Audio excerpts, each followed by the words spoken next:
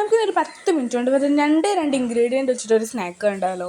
നമുക്ക് വൈകിട്ടൊക്കെ പെട്ടെന്ന് ചെയ്തെടുക്കാൻ പറ്റിയിട്ടുള്ളൊരു സ്നാക്ക് തന്നെയാണ്. പിള്ളേരൊക്കെ സ്കൂൾ വിട്ട് വരുമ്പോൾ ഒരു 10 മിനിറ്റിനുള്ളിൽ ചെയ്ത് കൊടുക്കാൻ പറ്റിയിട്ടുള്ള സ്നാക്കാണ്.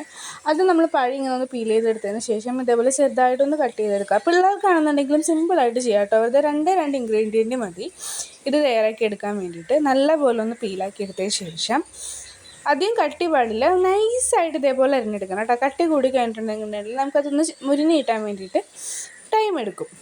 എന്നിട്ട് നമുക്കൊരു പാൻ ചൂടാക്കിയതിന് ശേഷം അതിലേക്ക് നെയ്യ് ഒന്നിങ്ങനെ ഇട്ട് കൊടുക്കുക. എന്നിട്ടൊരു എല്ലായിടത്തേക്ക് സ്പ്രെഡ് ആവുന്ന രീതിയിൽ അതൊന്ന് സ്പ്രെഡാക്കി കൊടുക്കുക നെയ്യ് കേട്ടോ.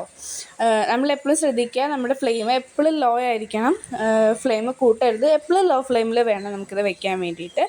അതിന് ശേഷം നമ്മൾ അരിഞ്ഞ് വെച്ചിരിക്കുന്ന പഴം അതിലേക്കൊന്ന് ഇട്ട് കൊടുക്കുക. ജസ്റ്റ് ഒന്ന് ഇട്ടിട്ട് അങ്ങോട്ടും ഇങ്ങോട്ടും ഒന്ന് തിരിച്ചിടുക. അപ്പോൾ നമുക്കൊരു ബ്രൗൺ കളർ വരുന്നതായിട്ട് കാണാൻ പറ്റും. ആ വരുന്ന ടൈമിൽ തന്നെ എടുക്കുക കേട്ടോ. ആ ഒരു ബ്രൗൺ കളർ വരുന്ന ഒരുപാടാവാൻ നിൽക്കരുത്.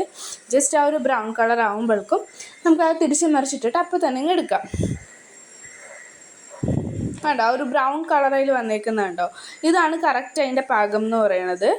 എന്നിട്ട് ആ ഒരു ബ്രൗൺ കളർ വരുന്ന നേരിങ്ങ് നമുക്ക് കോരിയെടുക്കുക. കൂടുതലാവാൻ നിൽക്കരുത്. എൻ്റെ ഒരെണ്ണം അവിടെ കരിഞ്ഞ് പോയിട്ടുണ്ട്.